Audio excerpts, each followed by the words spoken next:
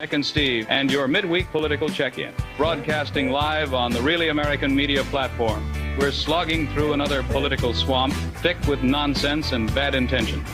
Let's cut through the poo-poo and throw a little light on the chaos before it buries us all. We don't care if you chew gum during the podcast, but no blowing bubbles. Alrighty then, without further ado, here's Nick and Steve. Holy moly. Take it away, gentlemen. Oh, yeah, let's get ready to take it away. The applause is not necessary, by the way. We show up regardless of audience applause. So thank you for joining us. It's the Vocal Minority with Nick and Steve back at it. Another midweek review of politics, if you're ready. Is this really only Tuesday? Yes, dude, it is. I have been looking forward to the show today because I'm in a terrible freaking mood. I think the news cycle officially broke my brain today. I don't know. It's just a cumulative effect. It's not like today was any different. You're not alone, dude. I mean, honestly, you're not alone. I've been, we were talking last over the weekend. I sent you a video of Dave Matthews recording a song over the weekend, and he just looked broken, and you were like, I think we broke Dave. I think they finally did it. And I was like, fuck, man, I feel like a lot of us have been feeling that way lately. Like, yeah, people are broken. No, it's a great point. No, Dave's been doing a bunch of great, speaking out against Trump, either live on stage or doing these Instagram things. And the last one you sent me, he played some very sad, depressing song, and then was just like, what a world. Yeah. Just like, I think we broke Dave. I think we may have broken Steve. I've been grinding away, just news. And today I just came in the studio and I was just like, I feel like blowing my head off. I don't want to work. I have the best job there is. And I'm just like, I'm going to go deliver pizzas. I don't know if I can do this. Got to take a little mental break every once in a while. We always say you should take a break, but then, get back in the game, get back on the horse, keep riding. And those breaks are necessary and important, and maybe a little paid therapy. Oh, I'm doing paid therapy. Trust me. All right. Good. Oh, look at everyone saying hello in the comments. All right. You people remotivate me. So yes, our vocal minority getting vocal, and we appreciate that. Welcome to the Really American Media platform. We're live on YouTube, and thanks for being here. I will say this, Steve. I want to say I'm tired of there are certain people that are like this show takes a long time. Yeah, it is an hour show. It's a podcast form. So, if you want to hang out, that's what we're here to do. If not, we got great videos that are, between 8 and 15 minutes all over our platforms. So you can go watch those as well.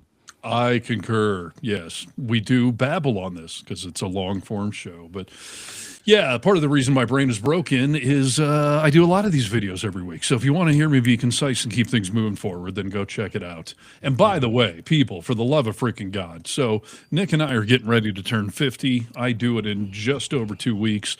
By my 50th birthday, I want there to be 1 million subscribers on this channel. Yes. And I think we're going to do it very soon. I don't know if you saw the last number. We're at 996,000 subscribers. Jeez. I'm not good at math. That's like 3,500 people we just need. So it'll happen. Come on, dude. Yeah, we're really pulling for it.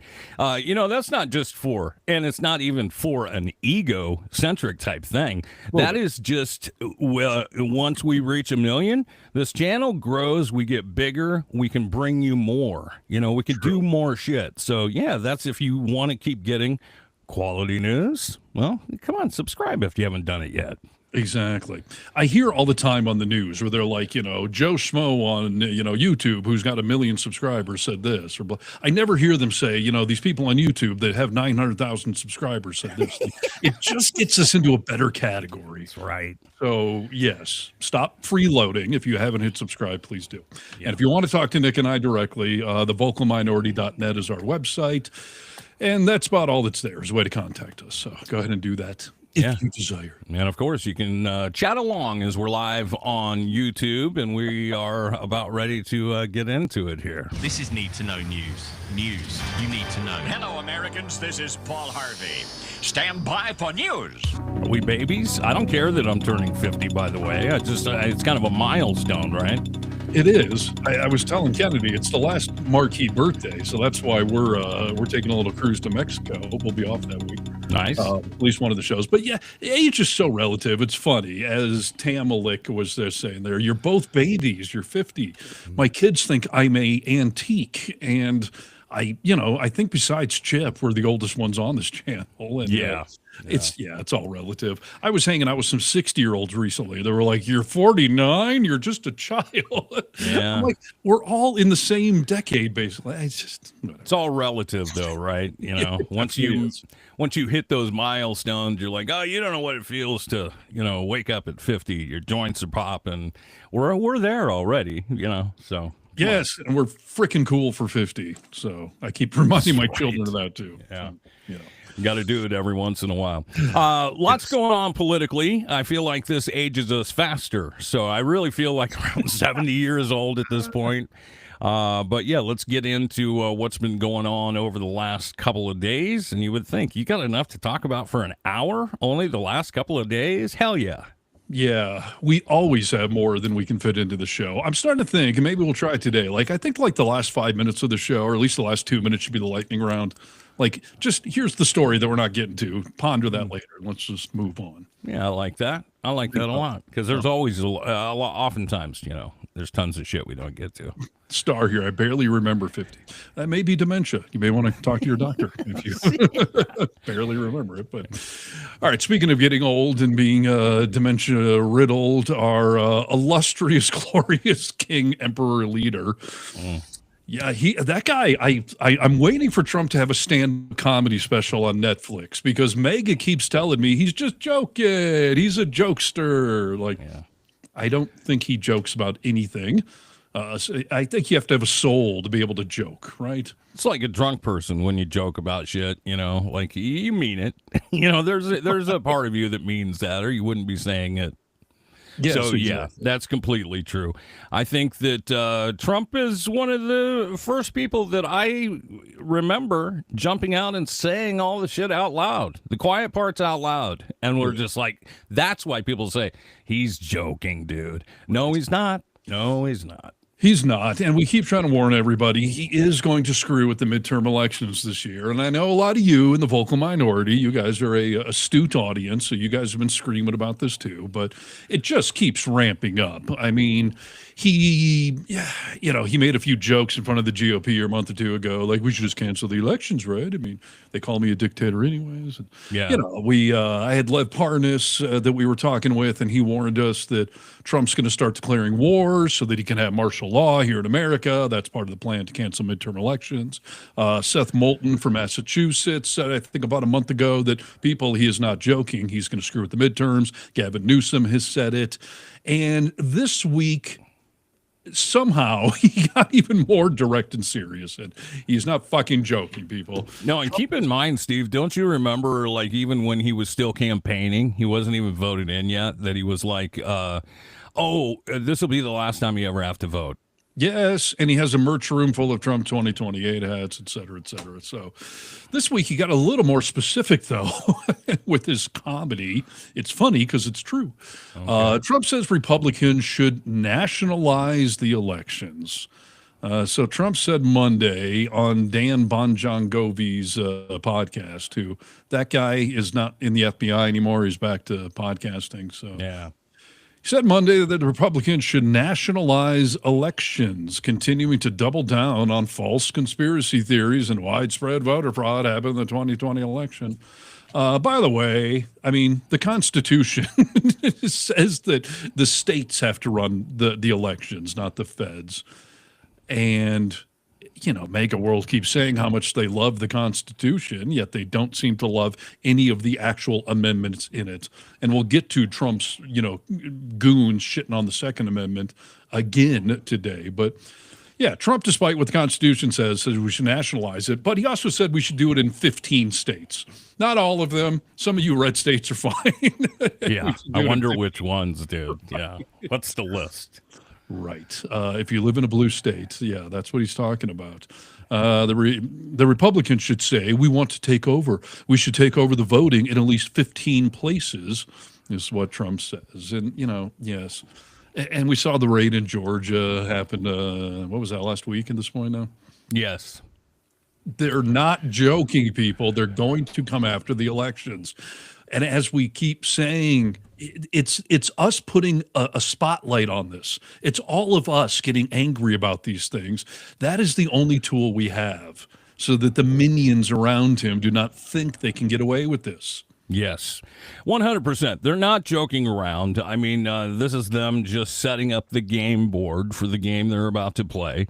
Last week, FBI agents executed a search warrant at Fulton County.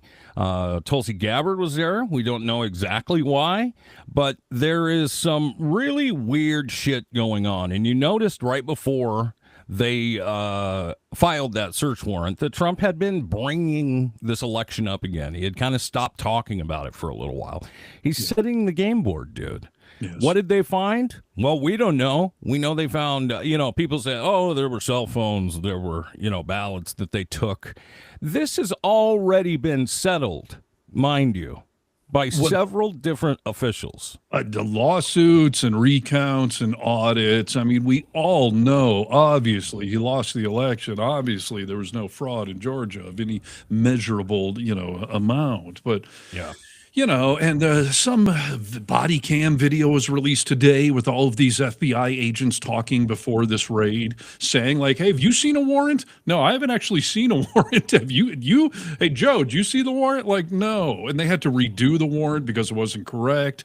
And then apparently Tulsi Gabbard, who is the director of national intelligence, all of which is an oxymoron, was there for some reason, which the DNI should not be there, period. But she apparently put Trump on the phone with these FBI agents, and he gave them what they described as some sort of like, the coach at halftime, like, let's go find that fraud, everybody, go look. And what the fuck are they even looking for? Like ballots that were written in crayon or something that fucking 6 years later are still sitting in the corner? Seriously, dude. I mean, maybe, you know what? It could even be a situation. I'm not for conspiracy theories, Steve, but maybe they're planting shit. Like, who knows? Like I said, it's already been decided that it was one of the most pure elections in the history of our country. That was decided, dude. We know this. Trump's old FBI guy said this was the most safe, secure election we've ever had. So. Right. And they tried to blackmail Minnesota to get the voter rolls. They tried to sue Oregon to get the voter rolls. Like, they are putting the pieces in place for whatever bullshit thing they're going to try to do. So, again, all we can do is just talk about this and call attention to it so that nobody is surprised. And that at least we sane people have laid the groundwork for this is unacceptable. This is how democracy dies. Yeah. We let him screw with this election, and that is the end game, because this is our chance in November. And the writing's on the wall. Did you see this election in Texas over the weekend? Yes, dude. North Texas elected a Democrat for the first time ever, and it was a 30-point swing. Yes. Trump won that district by 17 or something, and the Dems won this by 15 or 14 points. Like, that's crazy. Okay. We've been hearing and we've been talking on this show, well, along with all of you in the chat, the rumblings of a blue wave coming for midterms. I always like to say, hey, we did it with Obama. We got complacent and lazy. We thought everything's good, so we could kind of slow down a little bit. It's not the time, because it is starting to make a major difference. We're seeing a lot of people come over from other sides, whether that be Andrew Schultz on a podcast or Marjorie Taylor Greene. We're seeing a lot of people. And you mentioned Dan Bongino. Okay. Dan Bon Jovi. Dan Bon Jovi. You mentioned his name was Don Bongino. That's my main wish. But it would be easier, right? It just rolls better. You mentioned him talking about getting back out into the public sector. He had a little clip that I grabbed from his show, and this will show you exactly what we're saying is turning true here, dude.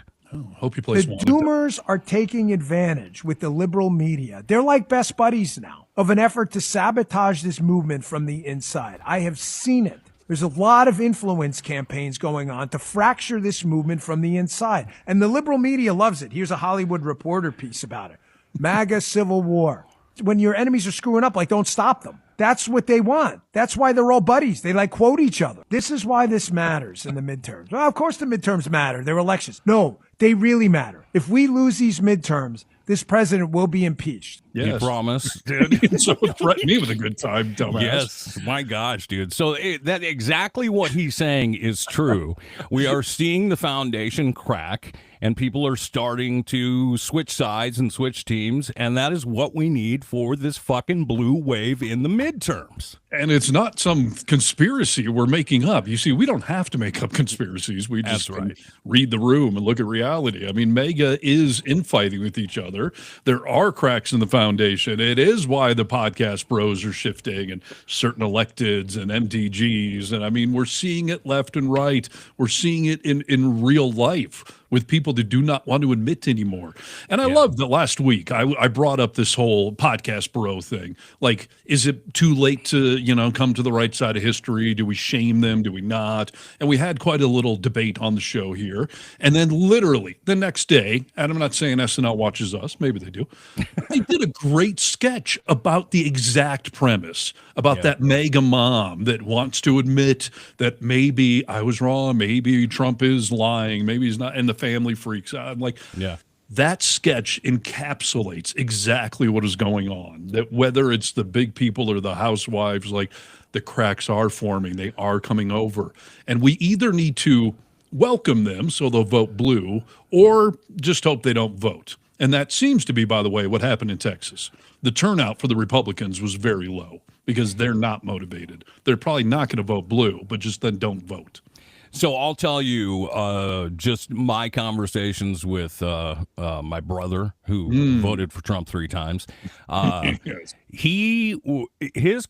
Anytime we have political conversation, we're family, so we really try and keep it, respectful conversation or whatever. And if it starts to get away from that, we just be like, all right, we'll talk later, But he more and more has been saying with an exhausted exhale, I don't know anymore, brother. I don't know what's right. I don't know, I don't know what's right, what's wrong. That's a sign, though. He's fatiguing of defending this garbage over and over. Like, he's at his breaking point. Just keep tipping him. Yeah. And do it with kindness. Anytime it's like a dog, dude, when they do something good, when they don't go pee in the house, you want to inch them along a little bit. Be like, yeah, she's a good boy. Right. I've been doing my dad thing with a lot of people. Like, I'm not angry at you. I'm just disappointed. Okay? Right. So, yes. And as Luigi here says, when MTG sounds sensible, that's when you realize how fucked up this administration is. Solid point. Yes. I mean, first of all, MTG a month or so ago confirmed what we've been saying here, that Trump is a pedophile protector. Yep. Literally, he told her, my friends are going to get hurt if I release the files. But yeah, she just said last week on a podcast, and I did a little video on it. I'll spare you all the other crap and just cut to the point. Like, she said, MAGA is a lie. The whole freaking thing was a lie to con you, to manipulate you. Like I always say, billionaires and idiots are his base. The billionaires are getting what they want. The idiots are being left on the wayside because you cast your vote. That's all they wanted from you. She said from the very beginning, this was all a grift. I mean, it was all a lie. It was all a grift, and she got sucked up in it. And I do respect her for coming out and admitting that because, you have an easier time letting someone like, okay, well, get your head together. Yeah, As Lisa is saying here, the ultimate is done when they are telling their MAGA supporters that Americans can't have guns. So not only did they stick their foot in the Second Amendment with the Alex Preddy shooting and saying, well, he showed up to a protest with a gun, forgetting all about the Kyle Rittenhouses and all the other kind of crap. But Judge Janine Pereiro, the Fox News crazy lady. Tanning bed queen. Right. Where is it today? Yeah, she said that law-abiding gun owners should expect to be arrested. She said, you bring a gun into the district, meaning D.C., count on going to jail and hope you get that gun back. I don't care if you have a license in another district, and I don't care if you're a law-abiding gun owner somewhere else. Now, granted, D.C. does have different, gun laws, but still, she's talking to the gun nuts out there that even if you're a permitted holder, you should expect to be arrested. Like, I thought they loved the Constitution. And I'm not some big Second Amendment defender. I'm fine with responsible gun ownership. Just don't use it to jerk off with. Like, don't fetishize your guns. But I mean, they're stamping on the First Amendment, freedom of speech, the Second Amendment, the right to bear arms, the Fourth Amendment, searches and seizures. Arresting journalists, like all of this stuff is happening, no due process. And it's funny to see that the Second Amendment is pretty much the line in the sand, right? So all these people like her are speaking out saying you will be arrested. Trump said you can't bring a gun to a protest. Like all this is what is getting MAGA so pissed off. They're like, huh? What the hell is that? I don't know how Trump world didn't get the memo, like of any of the amendments you're going to step on. Don't step on the only one that your followers even know what it is. Yes. Because they all are such constitutional scholars. They don't know anything besides the Second Amendment. Think if I told you 8 years ago, I said, I'm going to predict the future, Steve. One day, the NRA will come out and make a statement against President Trump. Would you fucking believe it? No, I would not, because Trump world would have been smart enough to never say anything like a gun owner had it coming. Yes, 100%. And so, as I just put up on the screen there, where was it? Tamala here. I stole MTG a B slap. This is the point, people. Like, I know we all want to rub their nose in it. You brought up the punishing the dog analogy. Right. Like, do you shame them or do you rub their nose in it? And I know a lot of us want to rub their noses in it. Like, I do get the urge. Yeah. But we can't go backwards. We do need them to either vote blue or just shut up and not show up in November. So I'm just trying to encourage everyone to resist the urge, take a few deep breaths, maybe shame them a little bit, but then we got to welcome people to the right side of history. Yeah, it's like responsible dog training. This is responsible Republican training, dude.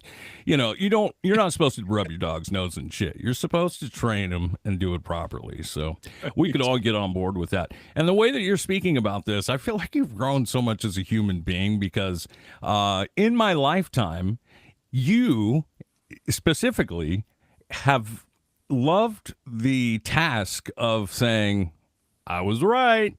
Yes. And that shows the sign of maturity as we near 50, I guess. Yeah. I still love being right. And there are still many incidents where I will point that out. Okay. And I'm subtly doing it right now with all of this. Like, getting vocal is how we stop people. Like, that's how we can, dismantle the regime here. But yeah, for the first time ever, like, I really do feel like the political pendulum is starting to swing back the other way. And I don't want to jinx it, people. Like, the ice is cracking under MAGA, and I don't think now's the time to go dance on that ice. Like, the day after the midterm elections, I probably will be going, I fucking told you people I was right. Like, but for now, we've got to just tread lightly, okay? Yeah, tread lightly. Because you're right. We either want them to show up and vote blue or not vote. I mean, yes. Either will work. Yes.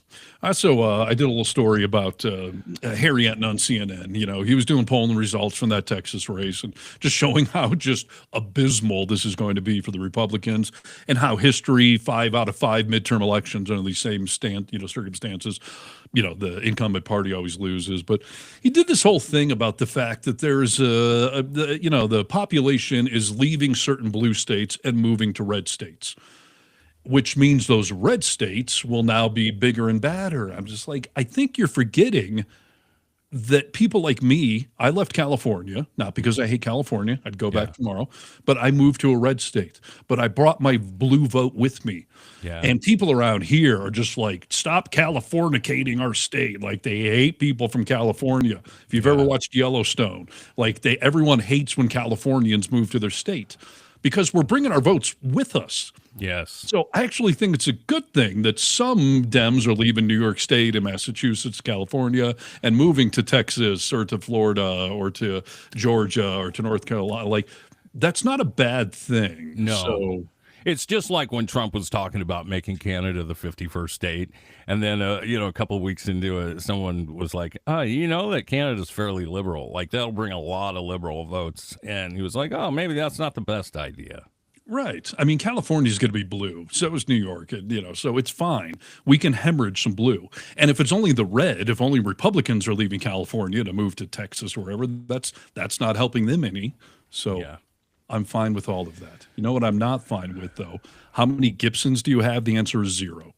Those are not Gibsons. Oh, come on, dude. Those are Paul Reed Smith's guitars. Jesus. How dare you? Criminy. How dare you? Okay. Now I'm really pissed. You I know was what? already in a pissy mood. Well, you know what we're also not okay with, Stephen? Yes. Is this latest drop of the Epstein files. They dropped, and we did a quick show on Friday, and then we had the weekend to kind of look over some documents and stuff like that, and more things are coming out. Let's talk a little bit about I call this an oopsie poopsie. Okay, this is a oopsie poopsie. That's what Trump does a lot. Files. The Wall Street Journal is reporting that names of dozens of victims were left unredacted. These are reportedly women who were minors at the time or haven't come out publicly yet. I know there was an attempt to rigorously go through these documents, redact what was needed to be redacted. How did those names slip through? Yeah, look, you're right. I mean, there mistakes were made by, you have really hardworking lawyers that work for the past 60 days. Think about this, though. You're talking about pieces of paper that stack from the ground to 2 Eiffel Towers. And so the minute that a victim or their lawyer reached out to us since Friday, we immediately dealt with it and pulled it down, and we're continuing to do that. We knew that there would be mistakes. We put that, I said that to the American people on Friday. Everything we did was protect victims, and that's the case today, just like it was on Friday. And what we're talking about, by the way, is 0.002% of But it the matters to materials. them, right? I mean, it should matter to them. Yeah. It matters So to me, I don't- too. yeah, Absolutely. Absolutely. Doesn't seem like it matters to you. No. And can I use that logic if I just go smack one of Trump's, cronies? I only smack 0.1% of you. There's like 100 of you. Or you make can we make a minor error on our taxes and not be held accountable? I got all the other lines on that stupid form correct. I mean, Yeah. And you set the frickin' timeline, dude. I mean, you said what you were going to do and how you were going to do it. Yes. And by the way, if there were 6 million documents that proved the 2020 election had been stolen, Trump's cronies would have gone through those in an afternoon and put it all out. 100%, So dude. don't Yes. bitch and moan about, it's a lot of paperwork you're asking for us to do. Yeah, get together with Elon Musk and have AI do this. Maybe that would help you out. I don't know, what the right thing to do is here, but you should have been going through these. And it is curious that when you put a document out that has Trump and a picture of 3 or 4 other girls, and he's redacted and the girls aren't, that you're not looking for the right shit. You're supposed to be looking for the victims in all of this to protect them. Of course. As somebody just commented here, like they're fixated on Trump and his buddies and, highlighting Bill Clinton. So they don't really care about the victims. So, yeah. Todd Blanche made another just a real head scratcher of a comment during this interview with Ingram. okay. Is there any chance that any of these individuals who partied with Epstein and engaged in, relations with minors will be prosecuted? Any chance? I'll never say no, and we will always investigate any evidence of misconduct. But as you know, it is not a crime to party with Mr. Epstein. And so as horrible as it's not a crime to email with Mr. Epstein. And some of these men may have done horrible things. And if we have evidence that allows us to prosecute them, you better believe we will. Yeah. Is it a crime to be a dismissive asshole? In fact, it is a crime to party with Epstein if you know what's going on. If you have knowledge about what's happening, it is a crime to party with them. I think that's what a lot of the crimes were. Depends what you're doing at the party. Depends what's in the email. So, yes, it's a smug, dismissive thing. Like, it's not illegal to party with the man. And saying that, he's saying there that, like, I'll never say no. You've come out to the American public and said, we're done with the drop. We're done. We don't have anything, or we would be, arresting people, but we don't have it. So what you're talking out of both sides of your mouth. This has not been an investigation. They have released certain files. And I say, well, if you really have nothing to hide, release them all and let us choose for ourselves, what we think. Yes, and I'm with 99 red balloons here. Thank you, France, by the way, for raiding Elon Musk today. Yes. You know, France is not using their, state version of the FBI or whatever as a political tool like Trump is. So I have to believe if they raided his offices, they were actually looking for something they thought would be there, unlike Trump raiding the Fulton County election offices and whatnot. Yes. So, yeah, I can't wait to see what does come of that. And they've asked Musk to come sit down and have a little conversation. So we'll see. I mean, this whole Grok thing with the image, being able to alter real people into, bikinis or string, like it's just freaking gross and sick. And don't tell me they didn't test all that stuff out ahead of time. So that's where our world's heading, dude, or heading. It's actually where we're heading. That with all this AI stuff that Trump refuses to put caps and limitations on, this is going to be a crazy, fucked up world. You think it's bad now? Yeah. Just wait. And Musk had a little temper tantrum this weekend because his name came up in there, for him basically begging to come to the island at Christmas and New Year's and all that. So. Dude, I think it's so funny. Jon Stewart did a piece on Elon Musk, emailing Epstein about coming to the island on Christmas morning. He was like, you look into the joy of your kids opening their presents, walk over to your computer and text Epstein about all this stuff. Like, It's some crazy shit, dude. Yes, absolutely. We did get something kind of interesting in the Epstein files. A one-time assistant to Jeffrey Epstein told the FBI under penalty of perjury that the pedophile introduced Donald Trump to his wife, Melania. Now, this is interesting because Wolf, the biographer for Trump and Epstein, had made that assertion as well, that Epstein's the one that introduced Melania and Donnie. And Trump's freaked out. Melania's threatening this lawsuit or is actually trying to sue the guy. I mean, they wigged the hell out. But what is really interesting is this unnamed woman, a former model who worked as Epstein's assistant for about 2 years, she made this claim back in 2019. Long before Wolf ever made the assertion, long before any of this lawsuit stuff. So why would she have been lying about something 7 years ago if it was not true? Yeah, we know Michael Wolff he'd been following Epstein for a long time and talking to him. You're right on the money with that. Like, it couldn't, two things happen and you say, oh yeah, maybe we should look into this. Now, maybe you think, oh, Michael Wolff's a lawyer, he's got intentions of his own. But now you've got an actual victim from that time in those fucking files saying the same shit. Yes. You don't think it's worth looking into, Todd Blanche? It's corroboration. And I don't even know what Melania's freaking out about. I mean, I read a great review for her documentary that said it was a tale of a woman who self-sex trafficked herself, into riches and fame here in America. So. Yeah, well, let's see. Let's see Trump being asked in his tuxedo about Mike Wolff and what he had to say about this. Okay. What did you think of the latest release of Epstein files, and do you think your critics will be satisfied with? Well, they should be, because it looked like this guy Wolff, who's a writer, was conspiring with Epstein to do harm to me. And I didn't see it myself, but I was told by some very important people that not only does it absolve me, it's the opposite of what people were hoping, the radical left, that Wolff, who's a third-rate writer, was conspiring with Jeffrey Epstein to hurt me, politically or otherwise, and that came through loud and clear. So we'll probably sue Wolff on that. No, you won't. Or did you have any knowledge? And maybe the Epstein estate, I guess. I don't know, but we're going to certainly sue You Wolff. want to sue the Epstein estate? Well, I guess so, because he was conspiring with Wolff to do harm to me politically. That's not a friend. So we've got audio of Michael Wolff making a statement this morning and talking about this, the fact that Donald Trump would like to sue him.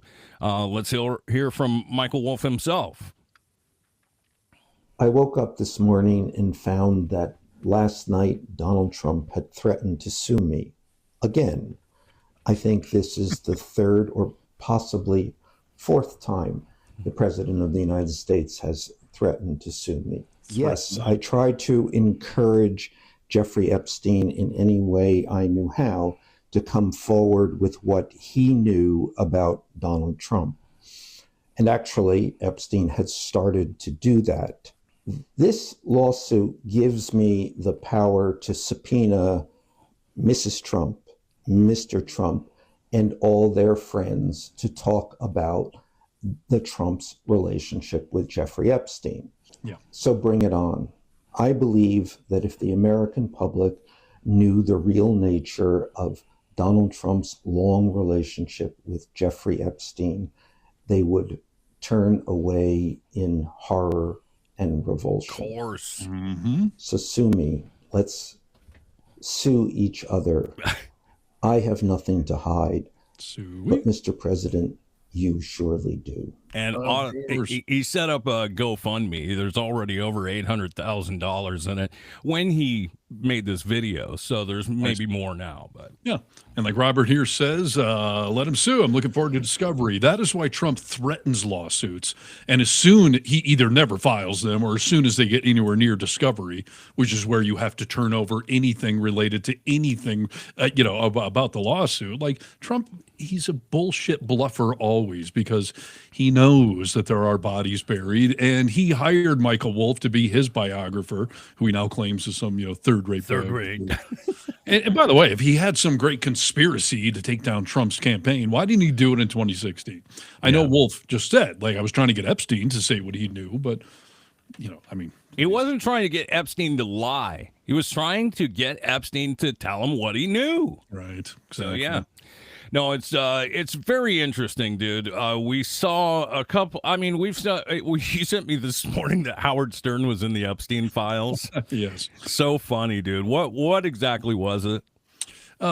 So when Woody Allen got, outed as far as marrying his daughter and all that stuff, like he was a good buddy of Epstein. So they were trying to come up with some, I don't know, publicity tour for Woody Allen where people could make him look better. And so they brought up like, hey, maybe we could get, Woody Allen to go on Howard Stern's show. And Epstein replied like, Howard Stern is a enemy of mine, not a fan. Like, Stern wants nothing to do with Epstein, and Epstein knows that Stern didn't like him. So he was like, do not contact Howard Stern. Yes. Terrible idea.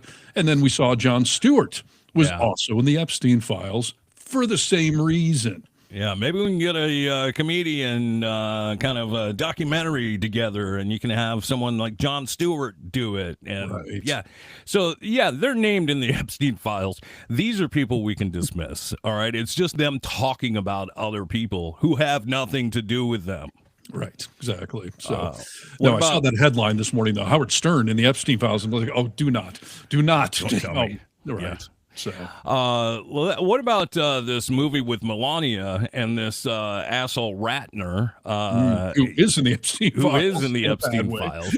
I thought this was a great moment we caught on our friend from over the pond, Piers Morgan. He was on the Piers Morgan show. Let's see how that went. As you know, a picture came out of you with Jeffrey Epstein with two apparently young women in it. What is your response to that picture? And what is your response to the wider scandal of the Epstein files? Oh, well, that picture in particular happened around 20 years ago. I don't know, 19, 20 to 21 years ago, because that is a photograph of my fiance who invited me to this event. And that's where the picture was taken. I was never been in contact with Jeffrey Epstein before that photo, and I was never in contact with him after. So that's a picture of me and my fiance at some event. Wow. So who was the fiance, if you don't mind me asking? She doesn't want me sharing her name in the case, but that's my fiance, 100%. Was my fiance. But you're not still. I'm not. I'm going to say you're not still with that. No. Yeah, tell me you're lying without telling me you're lying, dude. I mean, right. So you and your fiance were cuddling on a couch with Epstein and another woman. Well, then, show us the picture of your fiance back in the day. Like, I'm sure we can match the hair, the body type, and everything. Maybe we check your fiance's ID. Maybe she was underage. Who knows? And not coincidentally, that is the guy that directed Melania's documentary, which. Yeah, I find that whole documentary thing to be a little hilarious. And I'll highlight it with this story from Kylie McEnany. Yeah. So, as we talked about last week, like this thing costs 75 million or something. I mean, they paid Donnie and Melania like 20 something million, like 40 million to produce it. They spent like 30 something million marketing it. And Kylie McEnany went on Trump News. That's a Freudian slip. She went on Fox News and said, quote, "My mom went to see Melania," the documentary. She said the theater was packed. It was standing room only. People were cheering through it. They were excited. It was interactive. People interplaying with the film. She said it was electric. There are so many problems with what she just said there. Like, I know, like for the Taylor Swift movie or the Wicked movie, like people do dance in the aisles or whatever for it, but no movie theater on planet Earth oversells a movie. There has never been standing room only for a movie in history. Of course, dude. Of course there hasn't been. Why would you even want to lie about that? Why wouldn't you just say the movie theater is sold out? Like, why would you say it's standing room only? You are lying. So everything else you say is obviously a lie. Taking a page right out of the Trump book. It's the biggest it's ever been, in the history of movies, Trump said himself, I think this is one of the most important pieces of cinema that we've ever seen. Trump Reaper asked, did it crush box office records? I think that it made $7 or $8, maybe $8 million for the opening weekend. This is a funny thing because, yes, it did make $7 million off of a $75 million budget, which is, of course, by any Hollywood standards, an epic failure. Sure. Now, I have seen some people say, like, well, wait a minute, documentaries usually don't make that much. So by documentary standards, making $7 million is really good. But stop trying to manipulate my mind and gaslight me. Like, if documentaries only make 10 million best case, why would you spend 70 million to, buy the rights and produce it and everything else? Just why they don't put documentaries in theater releases, dude. Those, right. Come widespread. on. No. So, of course, it's a failure. You cannot say that by documentary standards it was good. Well, by documentary standards, the budget was way inflated. So no one involved in a movie that cost $75 million is going to say, well, gee, by standards of other ones, that's not bad. We only lost $65 million. I mean, hey, that's not so bad. Like, it's a pathetic attempt to spin a just shit opening. So, and not to mention we had reports of people being paid to go there. I read an article about, a reporter, I think it was in Florida, showing up to the premiere, and everyone else at the premiere was also a reporter. Like, there's no real audience there. It's just other people showing up to rip on it. So no, it's actually very sad. And as we know with movies, it's happened, but most of the time, generally speaking, movies don't outperform what they do opening weekend. So what we see a few things trickle in, maybe, but it's not going to be like, oh, people will have the reviews out and everyone's going to rush to see this. I think when I looked, it was at a 7% on Rotten Tomatoes, which is abysmal. Yes. Someone's pointing out half the money was for advertising. That's roughly true, but still, that's money you put into the movie that you're not getting back, and they knew they weren't going to get it back.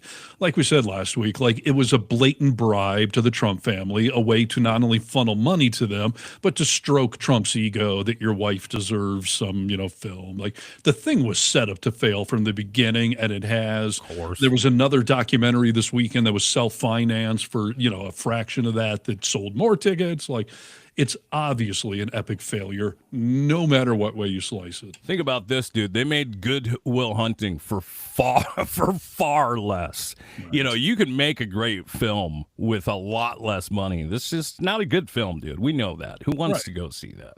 And I also think it was funny, like, people in Hollywood, it's such a big deal to have your name in the credits.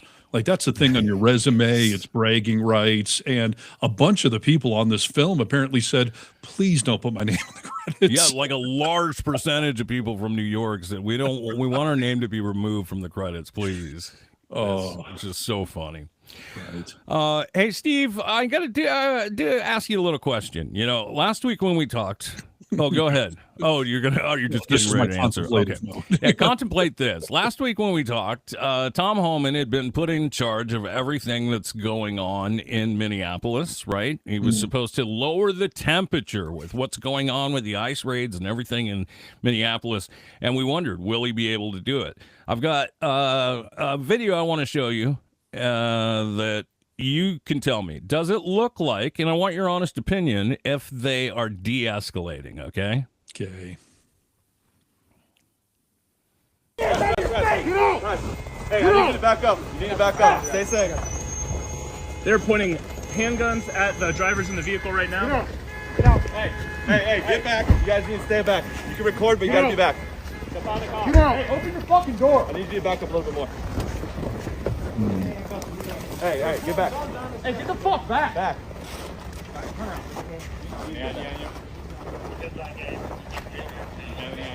Hey, no, don't get on the road. Stay back over here. Okay. So you know, these guys were all threatening us yesterday with handguns. So, These people are threatening you with handguns? Yeah. handguns, like threatening We know. So, oh, you mean like with not weapons?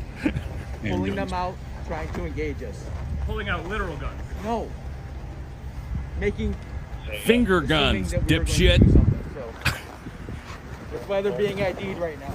That's why they're being ID'd at gunpoint and removed from the car. I mean, it doesn't seem like it to me. I guess no one got shot, so that's a little benefit to it all. In fairness, those are the kind of guns when you pull the trigger, that flag comes out, just says banging on it. Yes, they're just joking around out there, having a good old time, you know? Yeah. Pretty crazy, dude. I mean, I don't know what's going to lower the temperature. All of us are ranting and raving, saying not only are you arresting or detaining American citizens, you're doing things, children, you're shooting people in the face and head, you are also going into places without warrants. This is another video. This is not out of Minneapolis, but this, Fourth Amendment. So let's take a peek at this and see if you think this makes any sense. Okay. We're ICE, okay, clearly we're marked. Do you have a warrant? We don't need a warrant, bro. My name is Jake Efros. I am the city council person right here in Jersey City. Listen, there's nothing that you're going to say that's going to prevent us from doing our job. Just letting you know. So you're wasting your time, you're wasting your time. Okay, what is your job? We're ICE, okay, clearly we're marked, all right? So I'm just letting you know. You can continue talking, but we're not going to answer any questions. So just stay there. You can observe. You can do whatever you want. Just don't interfere. We cool? Okay. What is the? I'm not going to tell you anything else. Do you have a warrant? We don't need a warrant, bro. Stop getting that in your head. That's it. Okay. Stop getting that in your head, dude. We don't need a warrant. Yes. We can do whatever we want. Yet again. So, yeah, we did find out that ICE has some sort of internal memo that gives themselves permission to use a administrative warrant instead of a judicial warrant to break down the door of your home, of the don't tread on me people out there. Yeah. Your home is supposed to be a sanctuary. It is supposed to be the highest threshold for somebody to force their way in, which is why it is always required a judicial warrant, meaning a judge, an independent third party looked at the evidence and said whether or not it is okay to go in there. And now ICE has been emboldened to just say, like, we just can make up our own warrants and go into wherever we want, which is the equivalent of not needing a warrant, which is so un-American, so counter to the Constitution. Yes. Well, and have we seen people bust into a premises without warrants in the past? Of course we have. They are sued. It's a huge fucking deal. And this is not the right way with a guy standing in an elevator and just telling, like, we don't need a warrant. We keep hearing him say it over and over. We don't need a warrant, dude. They've been given this total carte blanche to go out and do whatever the fuck they want. And I don't think that that is going to bring down the temperature anywhere. No. How many freaking movies have we seen? You got a warrant? Show me your warrant. Like, it is just, it's so ingrained in pop culture in our society. And, you used to see movies where the cops would be at the door, like, you hear a baby crying? I hear a baby crying. I think we got probable cause to go in there now. Like, yes, you need some sort of probable cause. And by the way, like, giving a middle finger to the police, and I would even think that doing the finger gun thing, like, that is freedom of speech. It is not a reason to pull you over. Yeah, but this is the world we're in. I could understand if an officer of any sort might use a little more caution approaching you, thinking like, "Oh, you're making a threat towards me."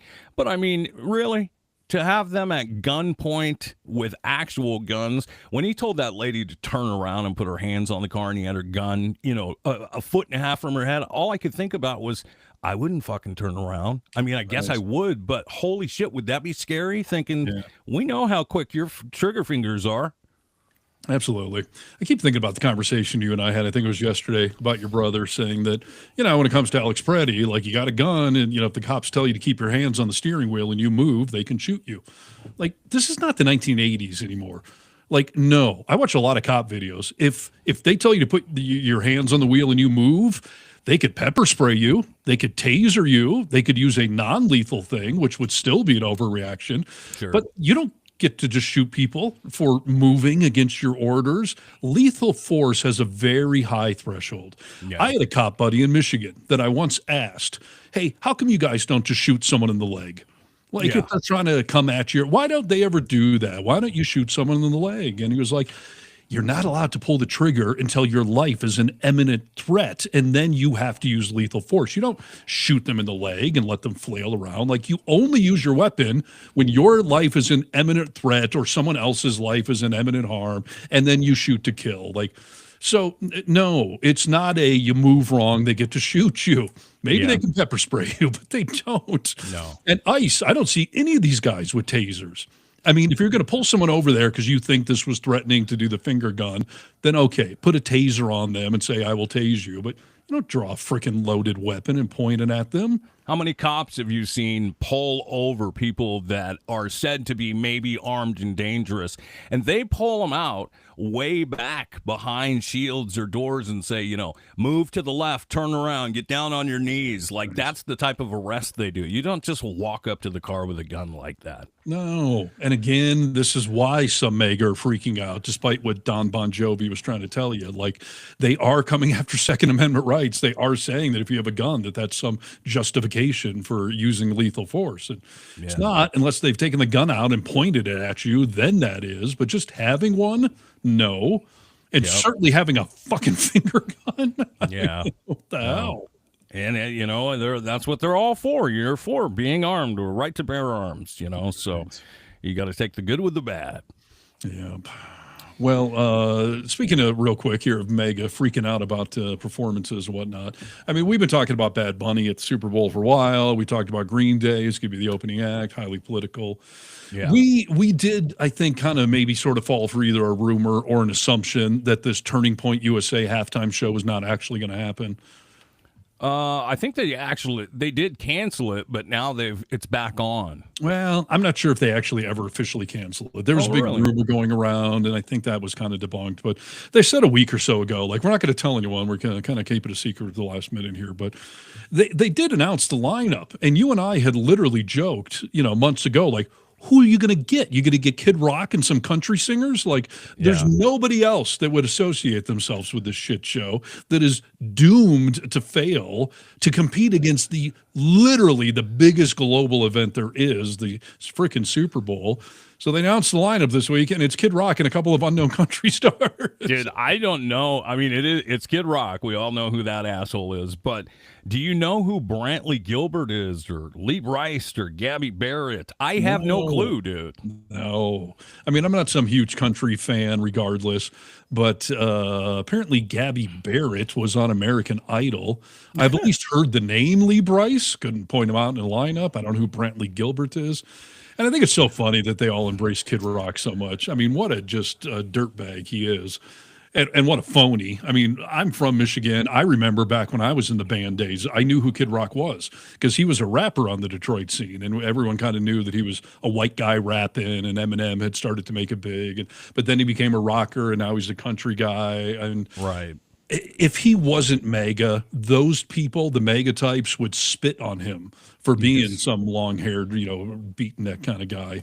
Completely. But the fact that he, sucks Trump's taint, they're all apparently going to endure him for a halftime show. And I bet they're not going to ever announce what the streaming ratings are. I don't even think it's on a real TV channel. No, I think it's on the internet. Yeah. Yeah, it'll be interesting to see. We know that Bad Bunny and Green Day will be hosting the real halftime show, the actual halftime show. Well, Green Day's opening, but yes, Bad Bunny's halftime. Yeah. Oh, yeah, okay. We just had the Grammys, and there were a lot of artists that spoke out. We've been talking a lot about artists speaking out right now and that using your platform for whether it's singing or art installations, whatever it might be. So Yes. I'm a huge fan, dude, of artists standing up. I hate it when people try and make the point, oh, these artists don't know anything. They got $100 billion and they're not real people.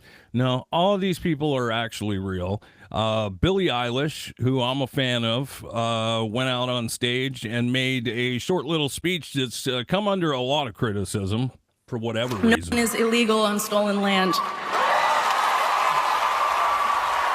Yeah, it's just really hard to know what to say and what to do right now. And I feel really hopeful in this room, and I feel like we just need to keep fighting and speaking up and protesting, and our voices really do matter and the people matter. Goddamn right, dude. That's exactly what we always say. Get vocal. We got to stay in this fight. There were other artists on that red carpet. Killer Mike, who I'm always a fan of, was asked a question about Bill Maher saying, hey, artists, just shut up and fucking sing. He had a little nice reply, really. Bill Maher on Friday, he did one of his new rules was about people who try to use red carpets and award shows for activism. Doesn't think it's the right place, thinks that we should all kind of forget about it for a couple hours and then get back to it. Where do you fall in that conversation? I mean, he's a 70-year-old guy, and I can understand that he understands life is short and you can't take too much time worrying, and you need to just give yourself a couple hours of fun. I get that. As a 50-year-old guy, though, with 18-year-old daughter, I'm not going to not take an opportunity to speak and give platform to things that people are actively working on. Amen. So it's a balance to me.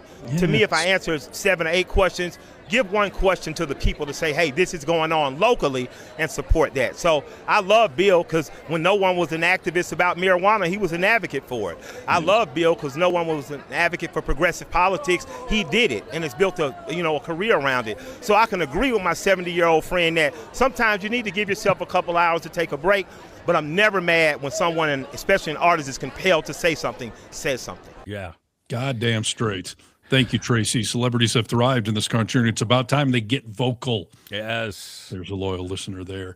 And, Trump Reaper here, Bill Maher, straight up MAGA. I don't know if he's straight up MAGA, but he's that classic case of the older you get, apparently the more conservative you get. Like Bill Maher was always sort of a hero of mine.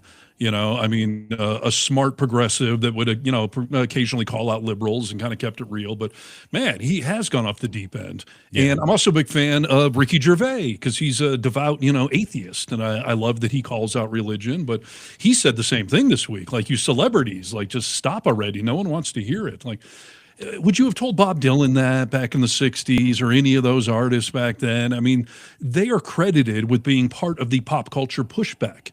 Yeah. And they are reflecting what is going on. They're reflecting what we've been talking about today, this crack in the political base in this country, that the pendulum is shifting. And so goddamn right they should use their platforms to speak out. And if you are under the assumption that a performer's platform is benign, well, how do you think Trump got elected to this whole fucking thing? Right. This started with a celebrity talking and using his platform, and look where he is. Exactly. It's just, I hate the shut up and sing or the shut up and act. Like, these are Americans. They have a platform. They have every freaking right. If you then don't want to go to their concert or whatever, they can suffer the penalties. Yeah. I said that when Colin Kaepernick did his thing. Like, he's got the right to do it. He's also got the right to suffer the consequence if people don't want to buy his jersey now or whatever. Like, it's a free market. It's a free world. Everyone can speak out. And those that have a platform, yes, especially in these kind of times, need to fucking get vocal. Completely. Jelly Roll came out on stage at the Grammys and gave this huge Jesus speech. You know, this redemption of, you know, I did this, I did that. Jesus is where it's at. And Bad Bunny gave a great speech. And I heard somebody make a comment of like, Jelly Roll came on talking about Jesus, and Bad Bunny came on talking like Jesus. Like, I thought that is such a fantastic difference, dude, of how these people are talking. As far as Bad Bunny, he came out and he had a lot to say, but his first comment was what a lot of people were saying. This clip will not only show that, but it goes into what Lion Levitt thought about it all. Before I say thanks to God, I'm going to say eyes out. I think it's very ironic and frankly sad to see celebrities who live in gated communities with private security, with millions of dollars to spend protecting themselves, trying to just demonize, law enforcement, public servants who work for the United States government to enforce our nation's laws. Who do you work for?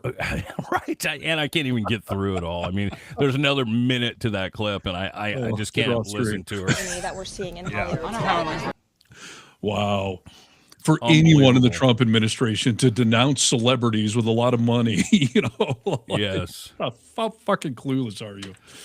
I can't wait for the halftime show. I couldn't name a Bad Bunny song if you held a gun to my head, but I will support it, obviously, for the political reasons, but I want to be part of the pop culture experience that the Super Bowl is. Okay? Isn't that what it's all about, dude? There were people that I knew that were older than me, especially, that were like, I don't know who Kendrick Lamar is.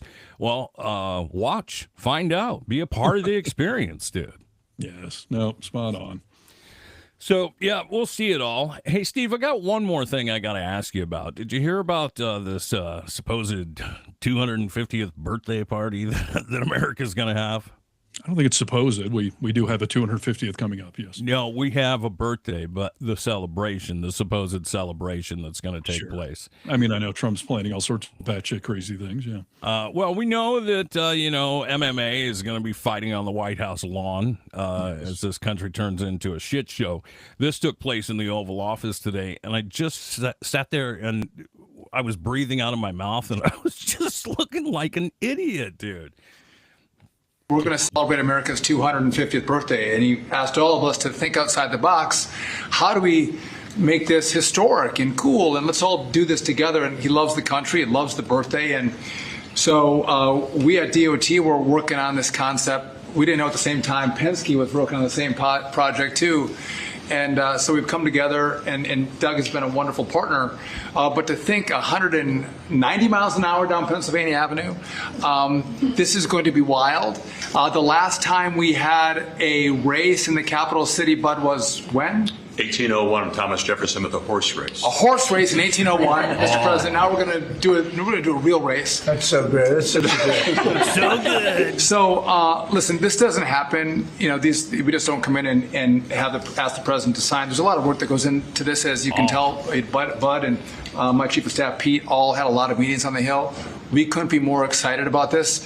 Again, I'm going to repeat, this is free for the American people to come to your nation's capital and see a great road race. Freedom, America, speed, and road racing. It doesn't get more American than that. Fuck no. Woohoo! Yes, IndyCar racing in the capital.